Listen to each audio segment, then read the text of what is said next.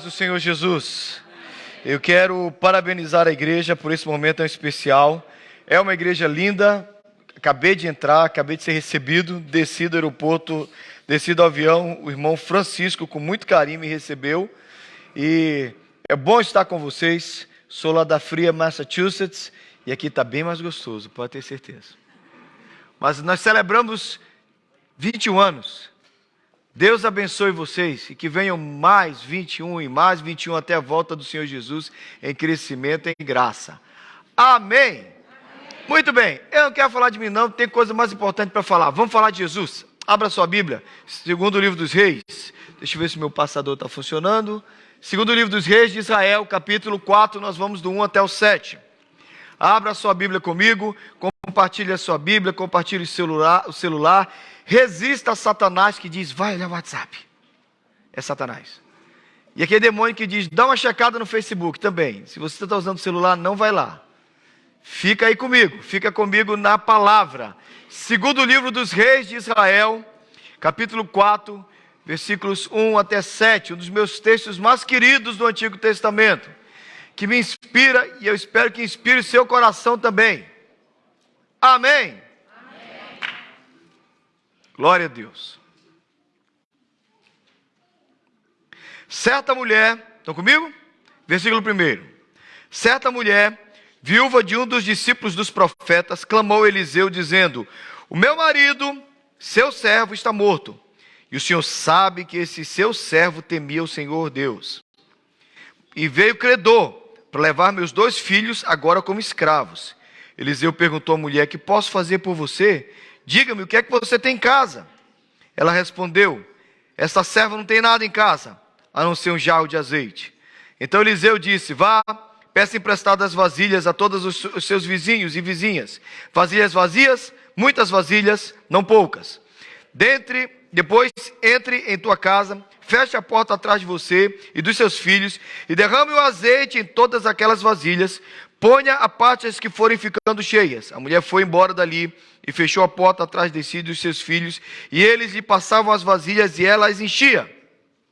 Quando todas estavam cheias, ela disse a um dos seus filhos, traga-me mais uma vasilha, mas ele respondeu, não há mais vasilha nenhuma. E o azeite, o que é que diz a sua Bíblia?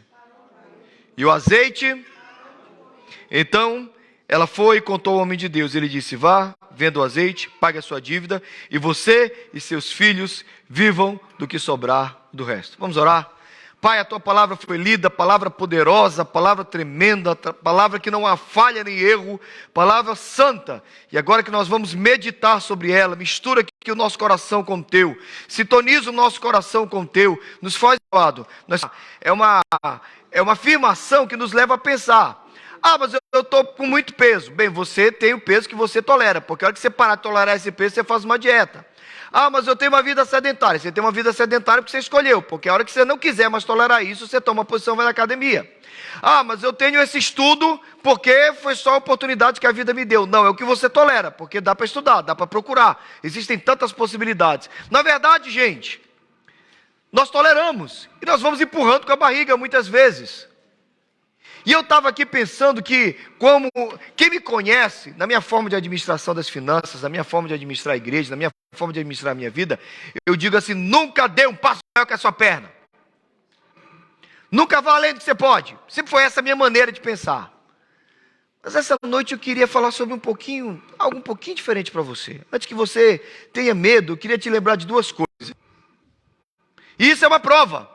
Dizem que uma vez Einstein contou essa história, pelo menos atribui a Albert Einstein essa história, que quem anda nos lagos aqui congelados aqui nos Estados Unidos, você sabe que alguns lagos estão bem congelados no inverno, outros nem tanto, e dependendo da época do ano é perigoso, mas era um lago aparentemente muito firme, 2 garotinhos brincavam, de repente o garotinho pisou num lugar menos forte, afundou e foi levado pela correnteza do lago para um lugar um pouquinho mais afastado de onde era o buraco, lá ele ficou preso. O coleguinha foi lá, pegou um pedaço de pedra, enquanto iam tentar chamar o 91 e foi quebrando, e ele abriu um buraco no outro lugar, e quando finalmente chegaram os bombeiros, conseguiram tirar o rapaz por aquele buraco que o garoto abriu com uma pedra. Quando o bombeiro viu o que aconteceu, ele disse assim, quem abriu esse buraco? Alguém disse, esse garotinho. Com que ferramenta? Com aquela pedra. Ele disse impossível. Impossível alguém abrir um buraco nesse diâmetro, com essa força, nesse gelo tão forte. Impossível ele ter feito isso. Alguém perto disse, mas ele fez. E o bombeiro disse, eu não sei como ele fez. A pessoa que estava negociando disse, eu sei como ele fez. Ele fez desse jeito porque não tinha ninguém para dizer que ele não poderia fazer. Porque provavelmente se alguém tivesse dito, não tenta com essa pedra, você não vai conseguir, ele teria desistido, não tinha dado certo. Na maioria das vezes nós podemos bem mais do que nós pensamos, do que nós imaginamos. E existe algo que você não pode esquecer quando você pensa em possibilidades que te levam adiante. Alguém desequilibra para o seu lado. Alguém faz você ir adiante. Alguém te leva muito além do que você pensa. E esse alguém quem é? Oi? Vocês estão me ouvindo? Vocês estão aí? Você pode ler a frase de baixo? Lê para mim lá.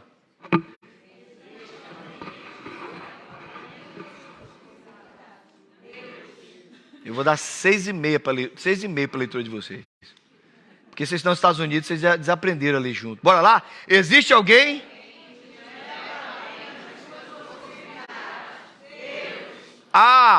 Então é possível você ir além das suas possibilidades. Concorda?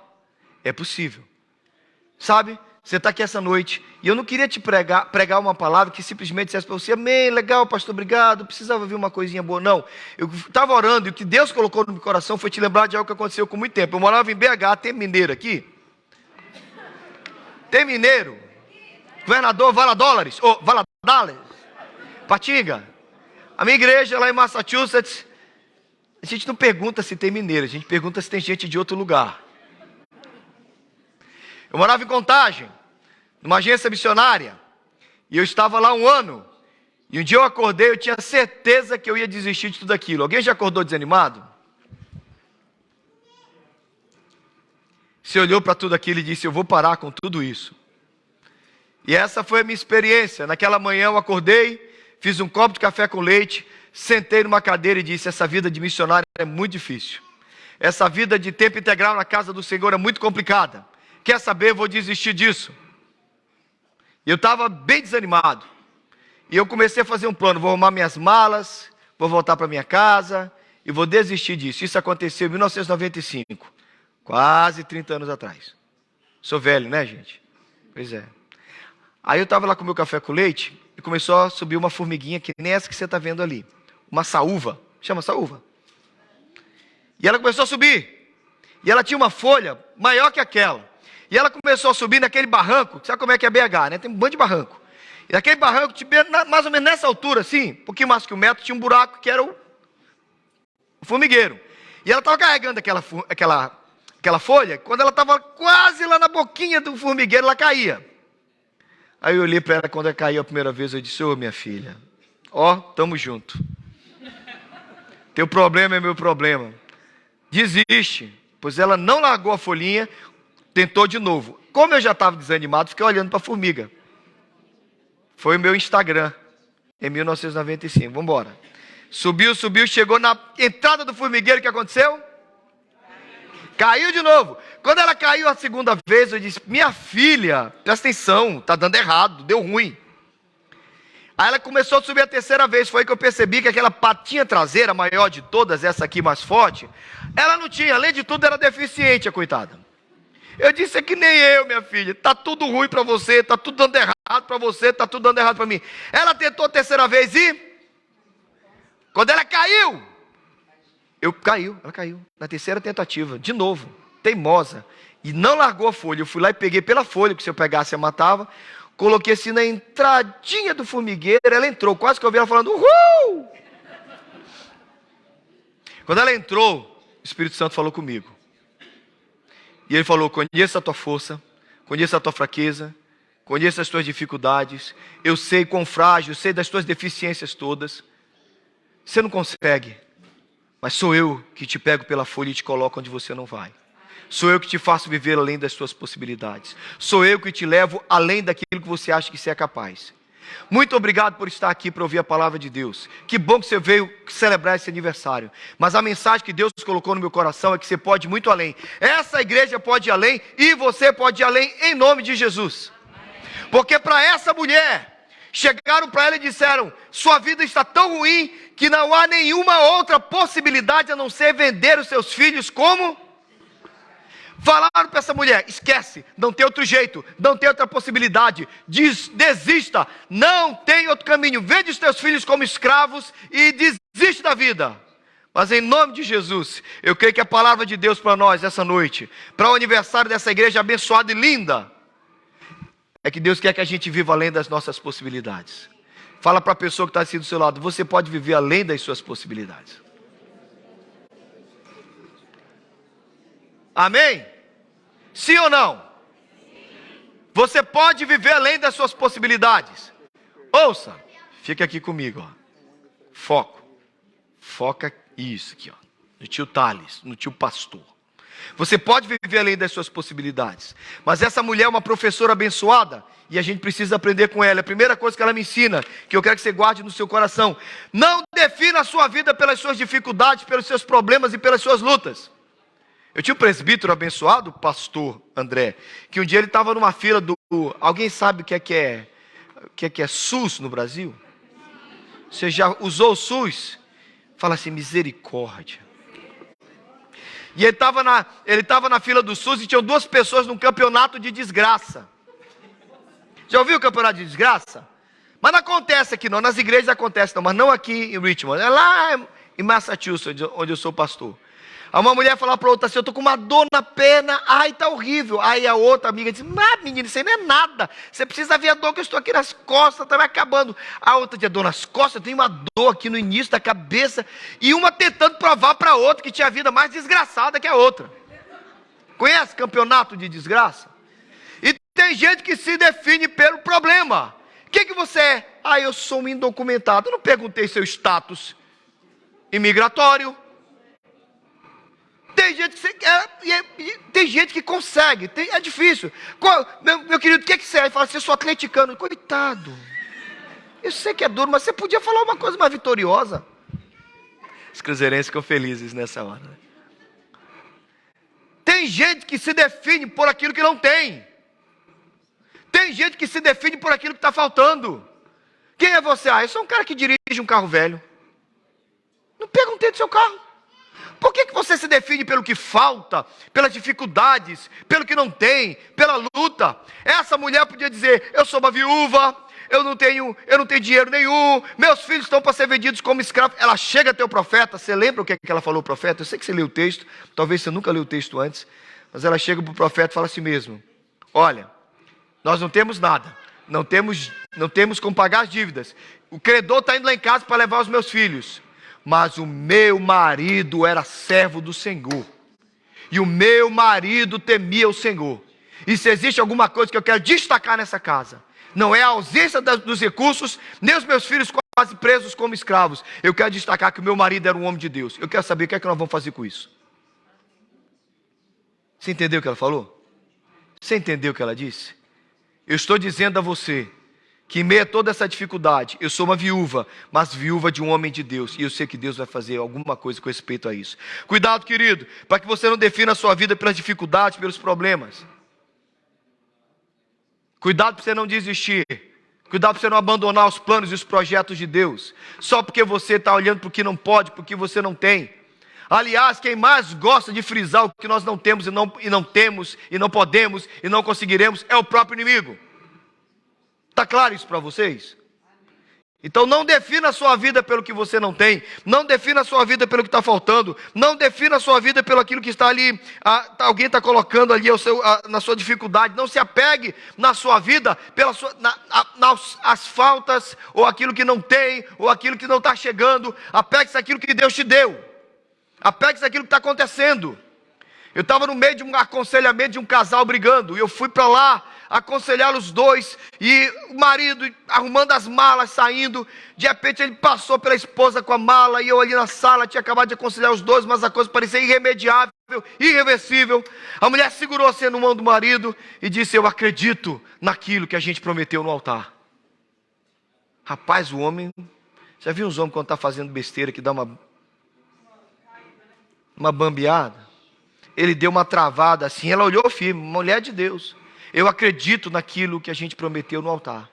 Naquele momento ela não reafirmou as dificuldades, ela não reafirmou os problemas, ela não reafirmou a indiferença e o conflito, ela afirmou aquilo que é verdadeiro, o que deveria ser destacado na vida deles. Sabe, querido, se você vai afirmar alguma coisa na sua vida, em vez de afirmar e reafirmar e afirmar novamente o que está faltando, comece a afirmar quem está na sua vida, porque você tem o Todo-Poderoso. Você podia ter dito amém. Amém. O que é que segura a sua mão? O que é que você grita quando tudo está difícil? O que é que sai da tua boca quando as coisas estão complicadas? O que é a tua ênfase quando tudo está falhando? As dificuldades? Os problemas? Ou você vai falar do Senhor? É muito bom você encontrar Jó no pior da sua dificuldade, gritando: eu sei que o meu Redentor vive, e que por fim se levantará sobre a terra. Não defina a sua vida pelo que está faltando. Não define a sua vida pelas coisas que estão acontecendo. Eu tratei com um homem durante toda uma luta com as drogas. Ele levantava e caía, levantava e caía. Eu vi esse homem no ápice da vida dele com sua esposa. Ele foi na minha casa e disse assim: ora por mim, pastor, esse é o melhor ano da minha vida. Comprei um carro novo, compramos um apartamento. Eu estou na melhor posição que eu já estive na minha empresa. Ela está na melhor posição que ela já esteve na empresa dela. E aquele ano que eu fui lá e a gente conversou sobre a alegria dele, ele perdeu tudo por causa de crack. 3 anos depois nós nos encontramos. De tanta luta, só para a casa de recuperação eu levei 2 vezes. E um dia ele bateu na porta da minha casa, magro, sofrido, entrou, tomou um banho. Eu disse: vou te levar para o abrigo. Fomos para o abrigo. Quando ele saiu, ele segurou assim na porta do meu carro e disse assim: pastor. Eu disse: fala, Anderson. Ele disse: pastor, eu sou mais do que isso. Eu sou mais do que um drogado que não consegue largar as drogas. E tudo que eu pude dizer para ele naquele momento foi: eu acredito nisso também, porque você crê em Jesus. E sabe, aquele foi o turning point, foi o momento de mudança da vida dele. A partir dali as coisas mudaram. Para de afirmar o que te derrota, o que te destrói. Comece a afirmar a presença de Deus na sua vida. Diga amém. Amém. Agora, vocês deram um amém batista da 2ª Batista Brasileira de Richmond. Aí, o profeta olha para aquela mulher e fala assim: o que é que você tem em casa? Ela podia ter dito: tem nada. Tem um vidrinho de óleo salada. Alguém sabe o que é isso? A mulher fala para ele: não tem nada, eu tenho um potinho de azeite. Ele disse assim: pois é, ok, tudo que eu precisava está aí, tudo que Deus precisava. Porque na maioria das vezes Deus já providenciou aquilo que você precisa, está em você. Uma vez Moisés foi chamado por Deus: Moisés, você vai libertar o povo. O Moisés disse: eu não sei falar, não tenho habilidade, não tenho força. Moisés, o que é que você tem na mão? Eu tenho uma vara de tanger cabrito, que eu estou tangendo as cabritas do meu sogro Jetro. Pois é, vai, com essa vara você vai abrir o mar vermelho. Essa vara vai virar uma cobra na presença de Faraó. Essa vara vai andar nas tuas mãos. Vai, com o que você tem eu vou usar. Uma vez no meio de uma briga com os filisteus, Sansão tinha na mão só uma queixada de jumento. E Deus disse: isso aí é tudo que eu preciso, eu vou usar o que você tem nas mãos. Cuidado para você não desprezar o que você tem. Porque uma vez Jesus e os discípulos estavam olhando para 5.000 homens, e um bando de gente com fome, 5.000 homens, sem falar de mulheres e crianças. E aí, o Jesus disse assim, o nosso Senhor Jesus: não vou mandar embora esse povo não, que a pregação está boa hoje. O pessoal disse: quem disse? Eu que estou pregando, eu estou achando que está boa, vou pregar mais tempo. Alguém vai discordar com o mestre? E a barriga do povo foi dando o final do dia. Os discípulos: Senhor, manda o povo embora. Não, eu estou pregando, o povo fica, vocês vão dar de comer. Vem aqui, Ana. Aí vem aqui, vem o coitado do Filipe. E Jesus fala assim: Filipe, onde é que a gente vai comprar pão para esse povo? Aí Filipe diz: Senhor, se a gente tiver 200 denários, não dá para alimentar esse povo. Essa é a versão de João capítulo 6. Alguém dá o preço assim de alguma coisa? Não, peraí, não entendeu minha pergunta. Alguém dá o preço que não dá para comprar? Por exemplo, cadê aquele rapaz da voz alta que tocou a guitarra?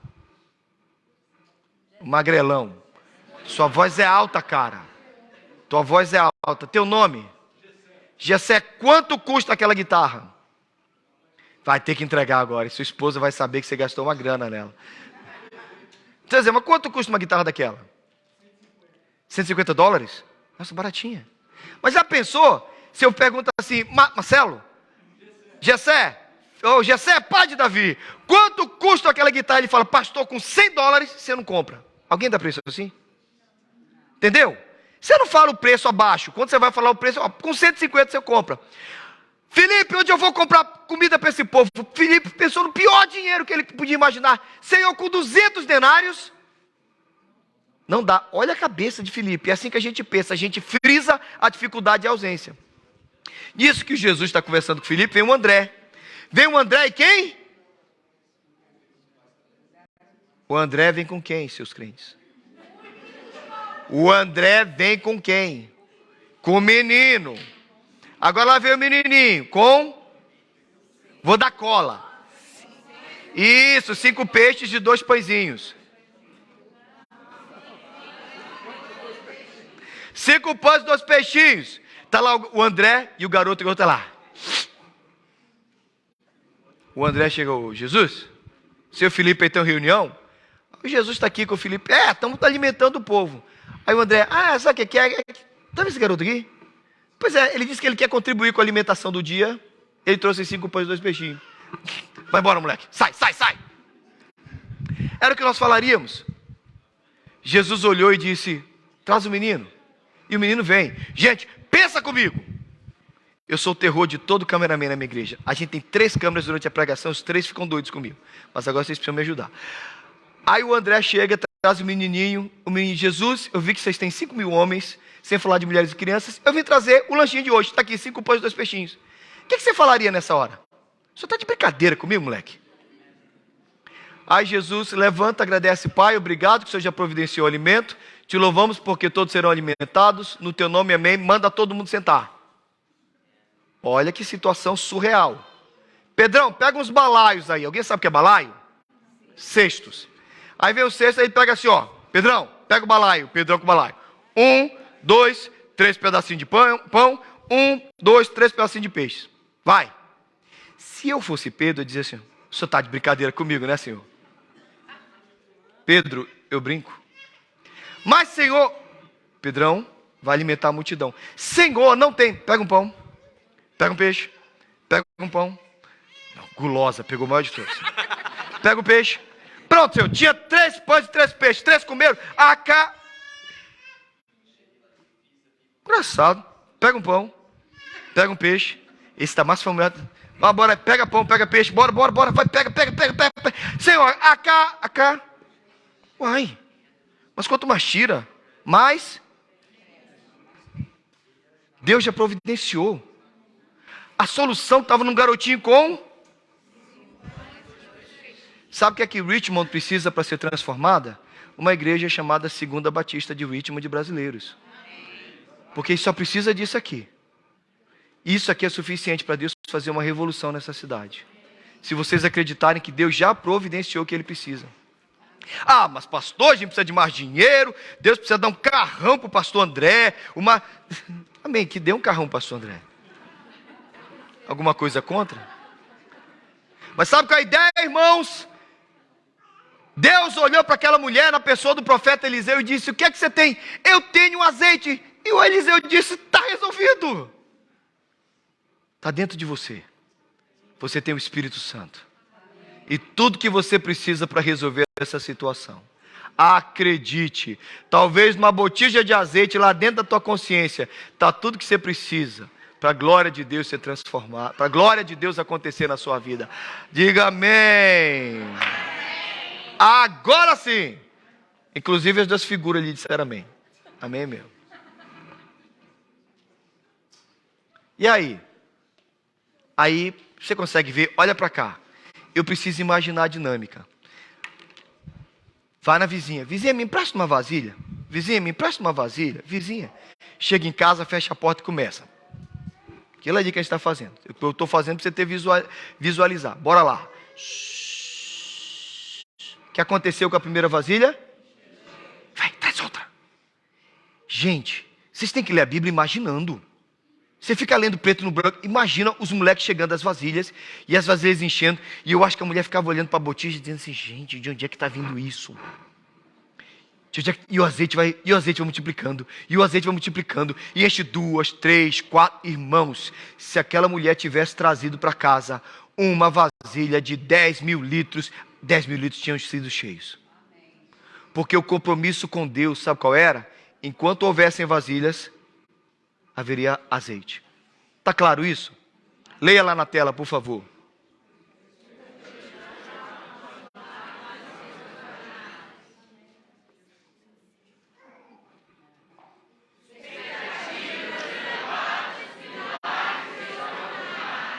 Oito. Vamos tentar 10?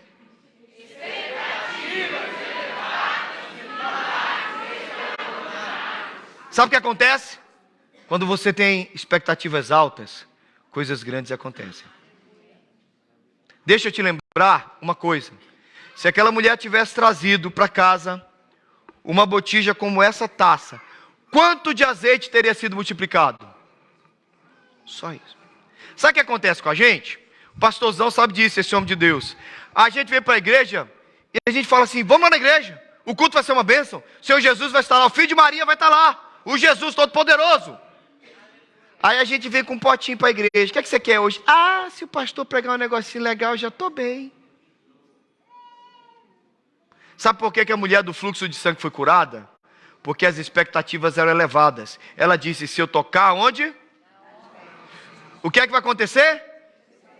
É o que você acabou de ler. As expectativas eram tão altas que ela dizia, eu não preciso nem tocar nele. Eu só preciso tocar na pontinha do vestido dele e eu vou ser curada. Expectativas elevadas, milagres extraordinários. Qual é a sua expectativa para esse culto? Qual é a tua expectativa para a Segunda Batista de Richmond? Que tal a gente elevar as expectativas? Quem sabe aqui não está o pastor que vai pregar na última tribo para a volta do Senhor Jesus, então virá o fim. Quem sabe não está aqui o futuro presidente americano, descendente de um brasileiro. Quem sabe não está aqui a igreja do avivamento.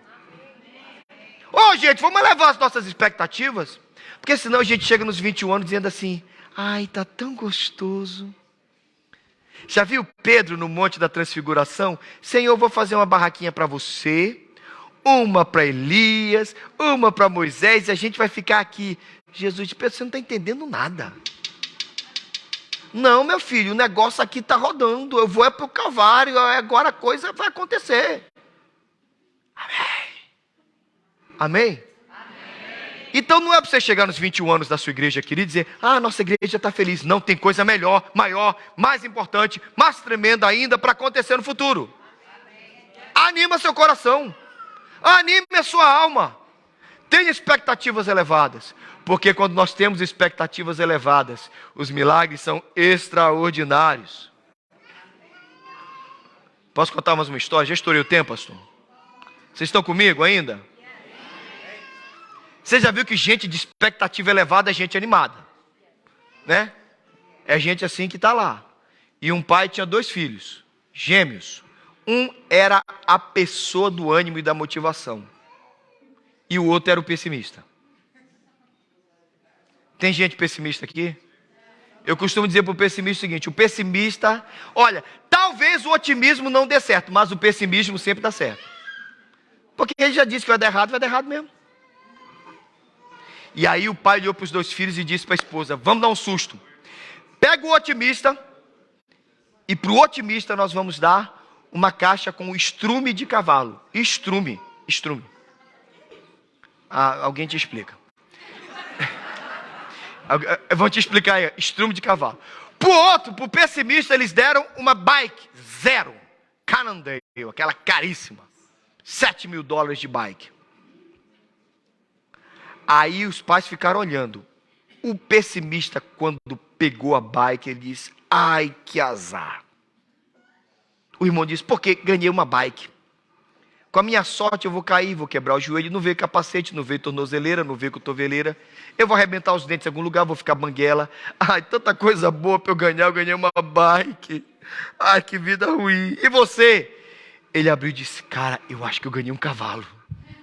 Eu acho que eu ganhei um cavalo, cara. Eu estou procurando meu cavalo. Eu ganhei um cavalo. Tem gente que é assim. As expectativas estão lá em cima. E tem gente que ganha uma bênção e fala, ai, Jesus. Leia a frase de novo.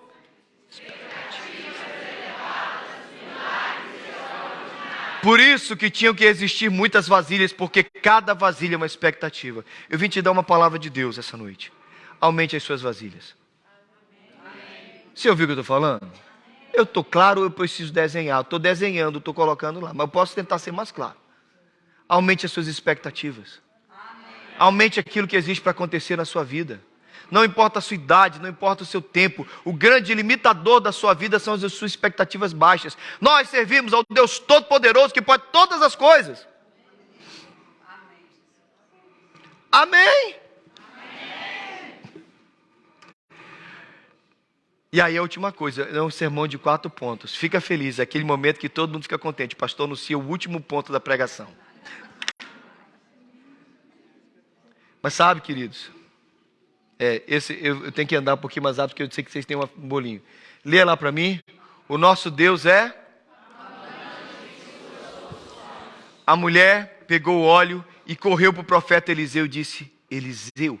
É que a Bíblia conta, gente. Você acha que a mulher chegou e disse, Eliseu, tem um bando de óleo lá em casa. Você acha que ela falou assim? Gente, acho que a mulher chegou, Eliseu, vem, Eliseu, vem, tá cheio de óleo lá em casa. O chão tá cheio de vasilha para tudo quanto é lado nos quadros da cozinha. Nós lotamos a casa de vasilha de azeite, Eliseu. O que foi isso? Eliseu falou o quê? Vai para casa, pega essas vasilhas, vende o óleo, paga as suas dívidas e... vive do resto. Deus não somente supriu a dívida que iria levar os meninos para a escravatura, como também deu sustento para aquela mulher. O meu Deus, segundo a sua riqueza, há de suprir cada uma das vossas necessidades em glória em Cristo Jesus. Eu sou pastor de uma igreja de imigrantes como a de vocês, lá em Marlboro. Tem brasileiro pra caramba em Massachusetts. Contaram para vocês, né? E a nossa igreja, graças a Deus, ficou apertada. Chegava a hora da pregação, eu mandava os meninos sentarem no chão ao meu redor. Os jovens sentavam, as crianças já nem entravam no templo, iam para o 2º andar, mas não estava dando.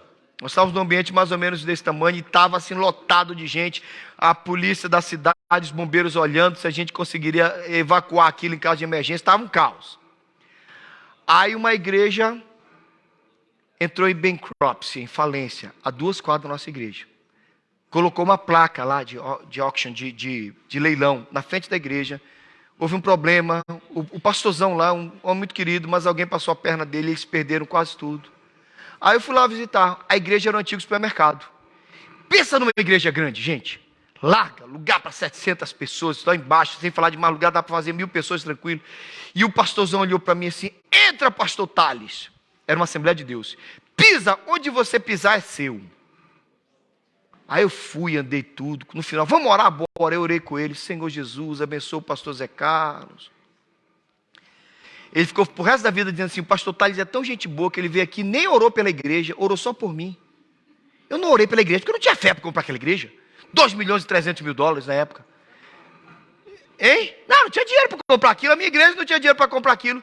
Ele ficou falando, o pastor Thales é tão humilde, veio aqui, nem orou pela igreja, só orou por mim. Eu orei por ele, porque eu só tinha fé para orar por ele naquele dia.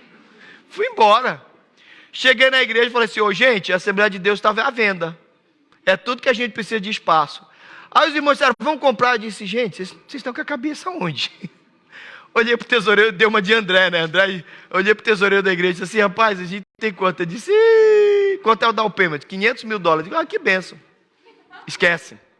Irmãos, eu não sei como fui colocado nessa situação, que daqui a pouco eu estava numa assembleia da igreja, para decidir a compra. E a igreja foi empolgando, eu digo, Jesus, eles estão mais empolgados do que eu. Eu só pensava no mortgage. A igreja decidiu comprar. Tinha que dar 500 mil dólares de down payment. A gente tinha 160 mil dólares. E ele disse, vocês vão conseguir? Eu digo, nós vamos. Vamos? Só vamos. Irmãos, a gente não tinha dinheiro para comprar. Mas a gente tinha uma congregação motivada. Mais motivada que o pastor. Confesso. Mas havia muita expectativa. Irmãos, foi chegando a hora de pagar o negócio e a gente não tinha dinheiro. Eu digo, Senhor, não tem dinheiro. Irmãos, apareceu uma contaminação no solo da igreja, pastor André. o solo da igreja tinha sido contaminado por algo como se fosse thinner. E esse negócio, o Environment de Massachusetts disse, nenhuma venda acontece com esse solo contaminado. Prenderam a venda por 1 ano. Em 1 ano a gente juntou dinheiro. Eles tiveram que tirar 10 pés de terra, um cubo de 10 pés nessa direção, né? Você sabe que cubo é igual em todas as direções, tá lembrado da escola, né? Tiraram um cubo de 10 pés de terra, encheram o terreno de wells, de buracos, ficaram fazendo a medição. Quando o Environment disse, vocês podem vender, a gente tinha 490 quase. Deus fez um negócio maravilhoso. Irmãos, nós compramos aquela igreja. Em amizade e em amor com a Assembleia de Deus. E a Assembleia de Deus ficou sem templo. Eles alugaram o nosso templo antigo, que era pequeno para nós, eles foram lá e alugaram. Você já viu a igreja trocar desse jeito? Uma Assembleia de Deus, uma presbiteriana? Irmão, não escandaliza, eu sou presbiteriano. Mas Jesus ama os presbiterianos também. No dia que nós tomamos posse do templo, os pastores da Assembleia de Deus foram lá conosco. E disseram que Deus abençoe vocês, porque vocês abençoaram a nossa igreja comprando. A gente não queria vender esse templo a mais ninguém. É o maior parking lot no centro de Marlboro. No centro, perto da Main Street, não tem área maior de estacionamento do que a nossa igreja particular. E nós compramos aquele lugar.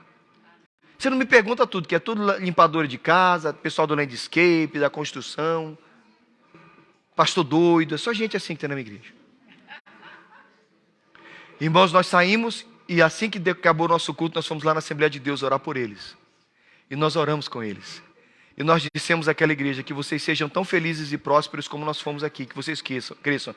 Naquela época eles eram 40 pessoas. Hoje eles têm 3 cultos e compraram de nós o templo.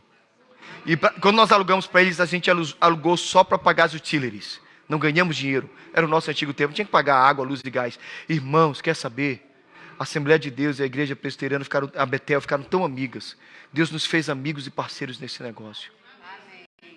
Mas sabe, Deus supriu absolutamente. Se você perguntar como a gente comprou aquele templo, eu não sei te dizer. Mas Deus fez. Porque quando a gente tem expectativas elevadas, Ele faz milagres.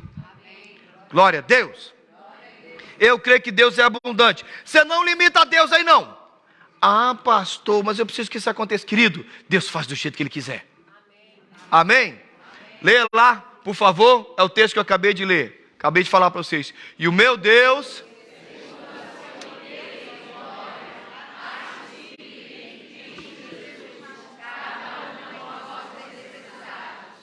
Amém? Vai fazer isso? Então, que tal Batista de Richmond?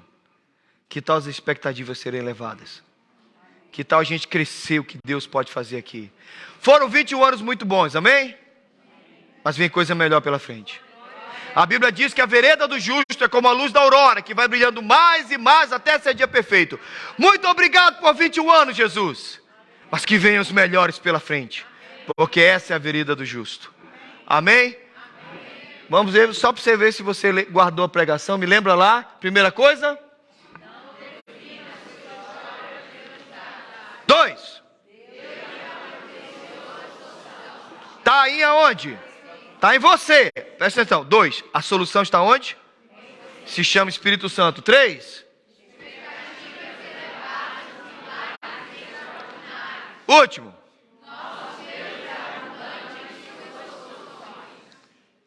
Depois da minha experiência com a formiga. Tem que terminar a experiência da formiga, né, gente? A formiga profetiza que entrou naquele formigueiro e salvou-me de desistir da obra missionária e por consequência do pastorado. Eu levantei daquela cadeira tão animado que eu disse, Deus, a formiguinha não desistiu, o Senhor deu força para ela através das minhas mãos, o Senhor vai ajudar essa formiguinha aqui também.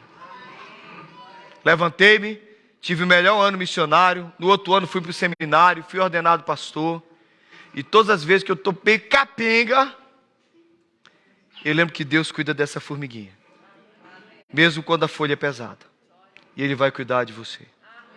Parabéns, igreja de Richmond, parabéns pelos primeiros 21 anos, e que Deus leve vocês para além do que vocês acham que é o sol possível, porque Deus nos leva além das nossas possibilidades. Curva a sua cabeça, feche os seus olhos, por favor. Eu quero fazer uma pergunta a você, no final dessa mensagem. O que é que está limitando o seu coração? O que é que está fazendo você achar que não tem jeito? No que essa mulher que é uma professora maravilhosa para nós essa noite, está exortando o seu coração. Ela não aceitou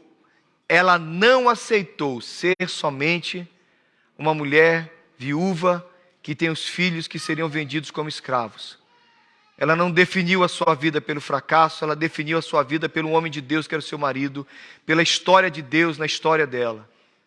Querido, deixa Deus definir a tua história, não a tua dificuldade. Amém? Eleve as tuas expectativas. Olha para aquilo que é tão difícil. E Deus vai fazer. E Deus vai fazer. Em nome de Jesus, Deus irá fazer. Quantos creem? Senhor, leva-nos além das nossas possibilidades, além das nossas condições, além daquilo que é o fator limitador na nossa vida. Senhor, nos faz ter fé, ânimo, coragem. Abençoa a vida do pastor André como pastor dessa igreja. Anima o seu coração, empolga, fortalece, para que ele vá além das possibilidades, além daquilo que o homem diz que ele pode. Senhor, ele é teu servo. Ele pode ir muito além de tudo aquilo que estão falando sobre ele. E que o ministério dessa igreja vá muito além do que falou-se por aí. Porque essa é uma igreja abençoada. Obrigado pelos primeiros 21 anos. E muito obrigado pelos próximos que serão mais frutíferos ainda. No nome de Jesus. Amém. Vem coisa boa pela frente. Aleluia. Não limite-se. Não limite essa igreja. Não limite os sonhos de Deus para Richmond. Creia. Deus vai fazer. Deus abençoe.